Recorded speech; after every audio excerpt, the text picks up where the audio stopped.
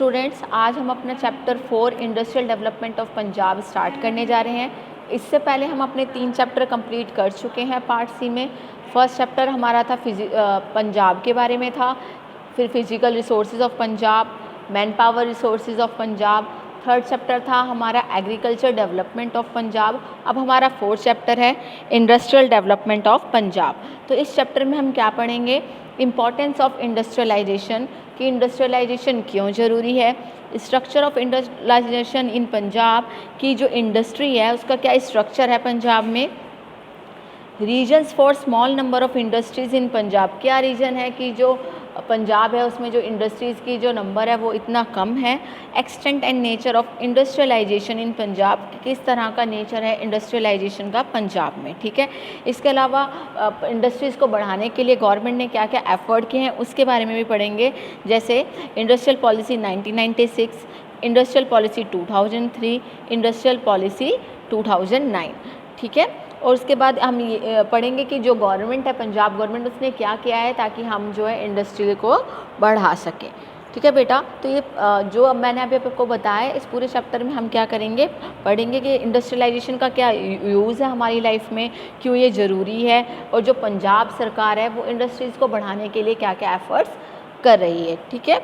देखो, Punjab is an agriculture develop and industrially backward state. अभी मैंने आपको बताया कि जो पंजाब है वो एग्रीकल्चर में तो आगे है बट इंडस्ट्रीज़ में इतना आगे नहीं है जितना एग्रीकल्चर में है। Large and medium industries could not be sufficiently develop here. इधर स्मॉल तो इंडस्ट्रीज़ हैं बट लार्ज इंडस्ट्रीज़ नहीं हैं, ठीक है। Agriculture develop rapidly but industrial could not develop so rapidly. मैंने बताया था आपको लास्ट चैप्टर में कि जो 1966 में ग्रीन रेवोल्यूशन आया था उसके बाद एग्रीकल्चर डेवलपमेंट तो बहुत हुआ है पंजाब में, पर जो इंडस्ट्रियल डेवलपमेंट है उसमें कहीं ना कहीं पीछे है अभी भी पंजाब। पंजाब गवर्नमेंट ने बहुत सारी पॉलिसीज़ तो बनाई है ताकि पंजाब में इंडस्ट्रीज़ का डेवलपमेंट कर सकें, बट अभी तक वो इतनी सक्सेसफुल नहीं हुई है। The industrial policy of Punjab aim to increase the industrial growth from 8% to 12%। तो 12% तक बढ़ाने की उनकी क्या है अभी कोशिश है कि हम क्या कर सकें, इंडस्ट्रियल डेवलपमेंट कर सकें। The central government had establish diesel components factory at Patiala and rail coach factory at Kapurthala. अब बताने की कोशिश कर रहा है कि जो सेंट्रल गवर्नमेंट है वो बहुत सारे मेजर स्टेप्स उठा रही है ताकि हम इंडस्ट्रियल डेवलपमेंट कर पाए। In 2016 there were 1.6 lakh small and 472 large scale industries. कोशिश की गई है कि जो 2016 में है वो अब जो नंबर है स्मॉल इंडस्ट्रीज़ का और 472 लार्ज स्केल इंडस्ट्रीज़ को उनको और ज़्यादा बढ़ाया जा सके, जबकि अभी ये नंबर बहुत कम है एज़ कम्पेयर टू इंडिया, ठीक है बेटा, क्योंकि इंडस्ट्रियल डेवलपमेंट में कहीं ना कहीं पंजाब पीछे है। About 14 lakh people were employed, और इस जो इंडस्ट्रीज़ लगाई गई है गवर्नमेंट एफर्ट से उसमें कम से कम जो 14 लाख लोग हैं उनको एम्प्लॉयमेंट मिला है। उसके बाद बोलता है सिग्निफिकेंस और नीड ऑफ इंडस्ट्रियलाइजेशन। बोला जा रहा है कि इंडस्ट्रियलाइजेशन की क्या नीड है पंजाब में, या फिर अब बात करें कि स्टेट में इसकी क्या नीड है। तो देखो बेटा, हम सब जानते हैं कि जो बाकी सारी कंट्रीज़ हैं, ठीक है, वर्ल्ड में, वो सब क्या कर रही है, इंडस्ट्रियलाइजेशन कर रही है, और इंडिया भी कहीं ना कहीं चाहता है कि ग्रोथ हो हमारी इंडस्ट्रीज़ में, है ना। तो इसकी क्या इंपॉर्टेंस है, हम सब जानते हैं कि अगर हमें लिविंग स्टैंडर्ड बढ़ाना है, हमें अपनी अर्निंग अच्छी करनी है, ठीक है, तो हमें क्या करना पड़ेगा, इंडस्ट्रियलाइजेशन को अपनाना पड़ेगा, ठीक है। तो वो बता रहा है कि इंडस्ट्रियलाइजेशन क्यों ज़रूरी है। First, development of agriculture. अब आप सोचेंगे एग्रीकल्चर का डेवलपमेंट इंडस्ट्रीज से कैसे हो सकता है, होता है बेटा, क्यों, देखो अब मान के चल रहे हैं कि रॉ मटेरियल आप यूज़ करते हैं एग्रीकल्चर में, और जो रॉ मटेरियल जो एग्रीकल्चर में बनता है वो आप किस में यूज़ करते हैं, इंडस्ट्रीज़ में यूज़ करते हैं, ठीक है। तो जो एग्रीकल्चर प्रोडक्ट है जो हमारी स्टेट मान के चल रहे हैं पंजाब बना रही है, तो वो कहाँ यूज़ होंगे अगर इंडस्ट्रीज़ ही नहीं होगी तो, है ना।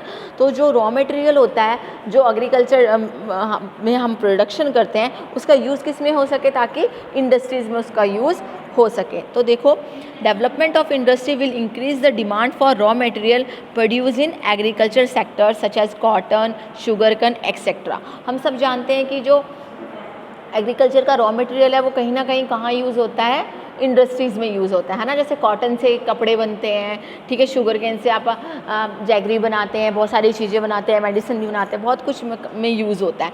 तो कह रहा है कि अगर मान के चलिए हम इंडस्ट्री डेवलपमेंट होगा तो कहीं ना कहीं वो किस पर इफेक्ट डालेगा, एग्रीकल्चर पे डालेगा, क्योंकि अगर इंडस्ट्री में डेवलपमेंट नहीं हुआ तो जो एग्रीकल्चर में प्रोडक्शन हो रहा है उसका कहाँ यूज़ करेंगे हम, ठीक है। फिर for example 15% of cotton and 13% of sugar cane produce are use and the rest exported to other state. अब बता रहा है कि देखो जो कॉटन है उसका 15% और 13% शुगर केन का यूज़ होता है और बाकी एक्सपोर्ट कर दिया जाता है अदर स्टेट में। If agro based industries were develop in Punjab this raw material will be properly utilize. तो कह रहा है कि अगर मान के चलो जितना हम यूज़ करते हैं एग्रीकल्चर प्रोडक्ट का वो हम अपने लिए यूज़ कर लेते हैं, ठीक है, कंजप्शन कर लेते हैं और बचा हुआ हम आगे स्टेट में एक्सपोर्ट कर देते हैं। बट अगर वहीं पे हमारे पास इंडस्ट्रीज़ हो तो हम इन रॉ मटेरियल का अच्छे से यूज़ कर पाएंगे और हमें आगे फर्दर स्टेट्स को उसको एक्सपोर्ट करने की नीड नहीं होगी, ठीक है। उसके बाद बोलता है इंक्रीज इन प्रोडक्शन। तो देखो इंक्रीज इन प्रोडक्शन कैसे होगा, हम सब जानते हैं कि जो इंडस्ट्रीज़ होती है उनमें मशीनें लगती है और जब मशीनें लगती है तो जो स्पीड होती है प्रोडक्शन की वो इंक्रीज़ हो जाती है। To increase production of Punjab development of industries is must. It is so because industrial enterprise make proper use of natural resources and raw material. हम सब जानते हैं कि जो एफिशिएंसीज होती है वो मशीन से बहुत ज़्यादा हो जाती है, स्पीड जो होती है मशीन की वो भी ज़्यादा होती है। तो क्या होगा, कहीं ना कहीं प्रॉपर यूटिलाइजेशन होगा किसका, रिसोर्सेज का। Then secondly industrial development leads to development of trade, transport and banking etcetera.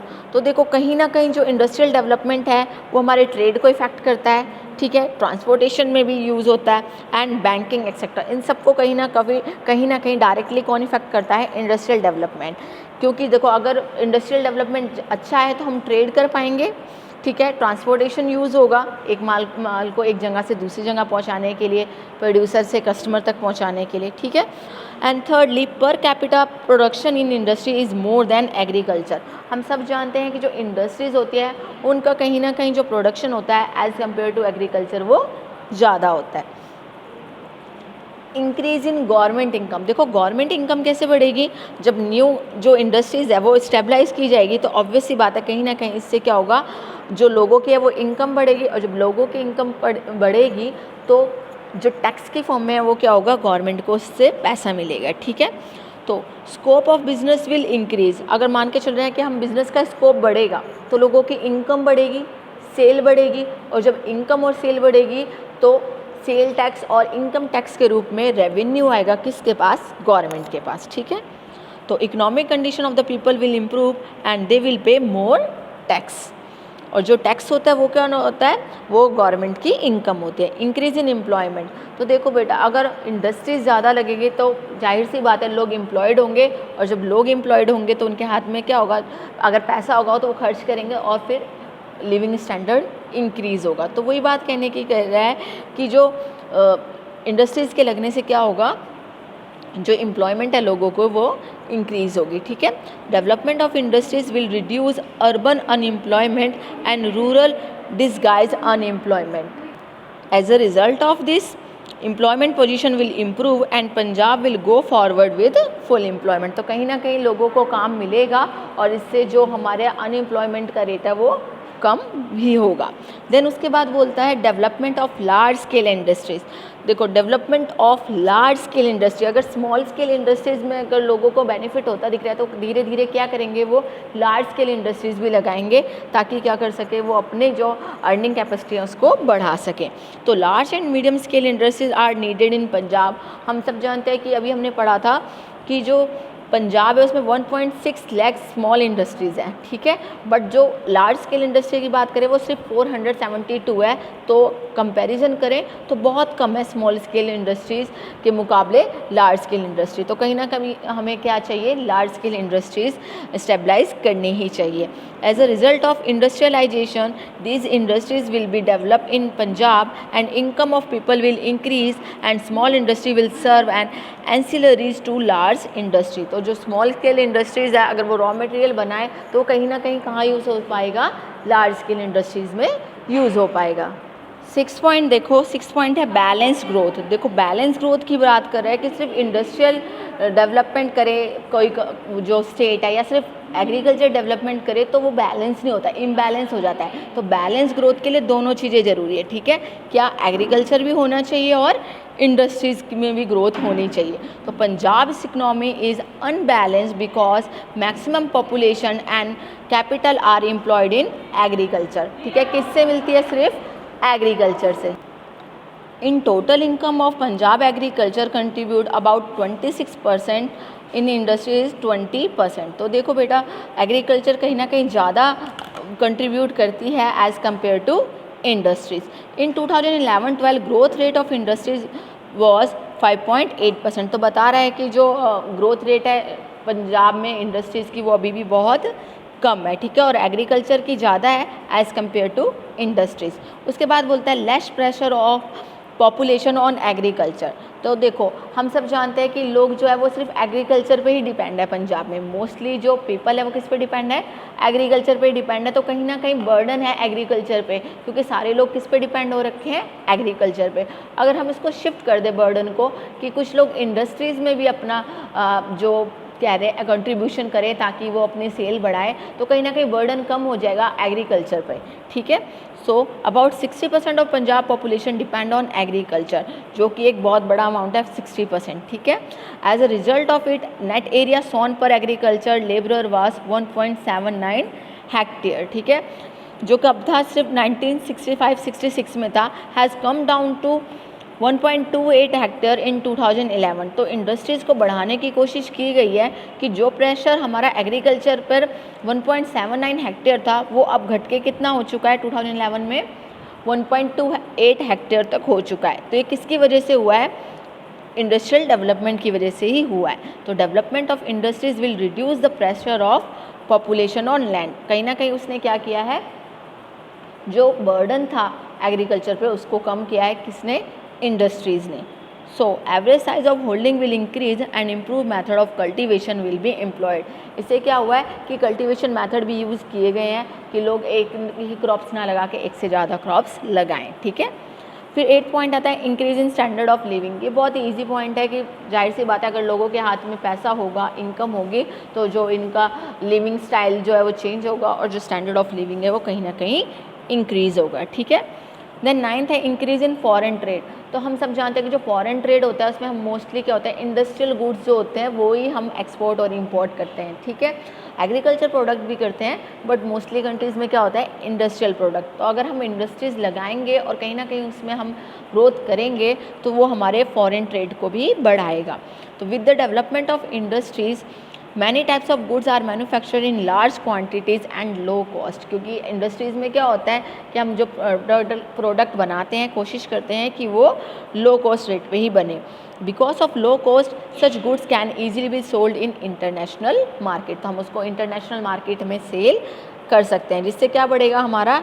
This encourage foreign trade और हमारे पास फॉरेन एक्सचेंज भी आएगा, ठीक है। So foreign currency is earn by the country. तो हम इससे क्या अर्न कर पाएंगे? Foreign currency. फिर बात कर लेते हैं 10th में बोल रहा है चीप गुड। देखो सस्ते मिलेंगे गुड्स, क्योंकि जो इंडस्ट्रीज़ है हमने बताया वो लो कॉस्ट प्रोडक्शन करते हैं। अगर वो लो कॉस्ट प्रोडक्शन करेगी तो ऑब्वियस सी बात है वो आगे जो चार्ज करेगी कंज्यूमर से वो भी कम ही करेगी। तो हमें क्या होंगे? चीप गुड्स, यानी कि सस्ती क्वालिटी पे हमें चीज़ें मिल जाएगी। तो development of industry will lead to more production of goods at low cost of production. तो goods will thus be sold at cheap prices. तो हमें सस्ते रेट पे मिल जाएंगे। 11th पॉइंट देखो सोशल प्रोग्रेस। ऑब्वियस सी बात है कि अगर एम्प्लॉयमेंट मिलेगी लोगों को तो कहीं ना कहीं सोसाइटी पर इसका पॉजिटिव इफेक्ट पड़ेगा और सोशल प्रोग्रेस होगी। देन है मोर कैपिटल फॉर्मेशन। देखो अगर लोग एम्प्लॉयड होंगे उनको जॉब मिलेगी, ठीक है, तो इससे क्या होगा? उनके हाथ में अर्निंग होगी, तो इससे मोर कैपिटल फॉर्मेशन, ज़्यादा से ज़्यादा क्या बनेंगे? पैसे हाथ में आएंगे, तो ऑब्वियस सी बात है कैपिटल फॉर्मेशन होगा। लोग सेव करेंगे, ठीक है, और आगे इन्वेस्ट भी करेंगे।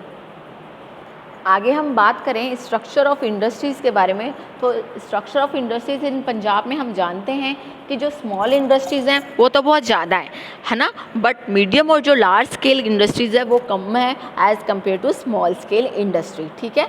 तो structure of industries can be divided into 2 parts. Small scale and cottage industries, medium level and large scale industry. तो दो पार्ट्स में डिवाइड किया है इन्होंने इंडस्ट्री को, एक तो स्मॉल स्केल और कॉटेज इंडस्ट्री है, और बी पार्ट कौन सा है हमारा, medium level and large scale industry. तो देखो, industries having an investment of ₹25 lakh to 5 crore, जिनकी अगर हम बात करें इन्वेस्टमेंट जो हमने लगाई है, पैसा लगाया है इंडस्ट्री में, अगर वो हम 25 लाख से लेके 5 करोड़ तक के बीच में लगाते हैं तो हमारी स्मॉल और एंसिलरी इंडस्ट्री होती है। ठीक है, तो क्योंकि अब देखो बहुत कम पैसा लगाया गया है तो हम इसको क्या बोलते हैं, टाइनी इंडस्ट्री की, मतलब मान के चल रहे हैं हम कि थोड़ा पैसा लगा के बनाई गई है। ठीक है, तो in 2014-15 there were 1.5 lakh small industry employing 11.4 lakh people. अभी हमने पढ़ा था ना कि लगभग 1.6 लाख स्मॉल इंडस्ट्रीज़ हैं। ठीक है, अब बात कर लेते हैं medium level and large scale industry की। तो it include those industries for which one has to take license from the government. तो जो मीडियम स्केल की बनाते हैं इंडस्ट्रीज़ या लार्ज स्केल की इंडस्ट्रीज लगाते हैं तो उसके लिए हमें क्या लेना पड़ता है, गवर्नमेंट से लाइसेंस लेना पड़ता है। तो these are registered with the director of industries और with some central government institutes. तो कहीं ना कहीं ये रजिस्टर्ड कंपनी होती है। कौन सी कंपनी होती है, रजिस्टर्ड कंपनी होती है। जब हम बिजनेस स्टडीज़ पढ़ेंगे तो हम जानेंगे कि रजिस्ट्रेशन ऑफ कंपनीज़ कैसे होता है। ठीक है, in 1966 there were only 50 industries with a turnover of ₹56.63 crore, जो बढ़कर अब 2014-15 में कितना हो चुका है, 475 large and medium scale industries. ठीक है, जिन्होंने कितने लोगों को एम्प्लॉयड कर रखा है, 2.7 लाख पर्सनस को। ठीक है बेटा, अगर हम स्मॉल स्केल की बात करें तो उन्होंने ज़्यादा लोगों को एम्प्लॉयमेंट दी है क्योंकि वो इंडस्ट्रीज़ भी ज़्यादा हैं। ठीक है, और अगर हम लार्ज स्केल की बात करें तो उन्होंने कम लोगों को एम्प्लॉयमेंट दी है क्योंकि उनका जो नंबर ऑफ़ इंडस्ट्रीज़ है वो भी बहुत कम है। इसके बाद हम रीज़न देख लेते हैं कि क्या रीज़न है कि जो स्मॉल नंबर से इंडस्ट्रीज़ है वो तो ज़्यादा हैं और जो लार्ज स्केल इंडस्ट्रीज़ हैं वो कम है। So the following are the main reason for small number of medium and large scale industries in Punjab. पहले मैं आपको बता देती हूँ कि जो स्मॉल स्केल इंडस्ट्रीज़ है वो ज़्यादा क्यों है, क्योंकि इनमें जो पैसा लगता है, ठीक है, जो पैसा लगता है वो बहुत कम लगता है। हमने पढ़ा अभी 25 लाख टू 5 करोड़ ही लगता है। दूसरी बात, इसमें कोई लाइसेंस लेने की नीड नहीं होती। और तीसरी बात है, जो सोल प्रोप्राइटर है, जो हमने बिजनेस स्टडीज में पढ़ा, जो सिंगल पर्सन है वो भी इसको आराम से कर सकता है। ठीक है, सोल प्रोप्राइटर हो गया या पार्टनरशिप में बहुत ईजीली खोली जा सकती हैं। बट जो लार्ज स्केल इंडस्ट्रीज़ होती है उसमें हमें कैपिटल की रिक्वायरमेंट भी ज़्यादा होती है, उसमें हमें लाइसेंस भी लेना पड़ता है, गवर्नमेंट से रजिस्टर्ड भी करवाना पड़ता है, तो बहुत सारे स्टेप्स से हमें गुजरना पड़ता है। ठीक है, तो कहीं ना कहीं स्मॉल स्केल इंडस्ट्रीज़ को लगाना आसान है as compare to large scale industries. तो अब थोड़े से रीज़न पढ़ लेते हैं कि क्या वजह है कि जो medium and large scale industries है वो इतनी कम है पंजाब में।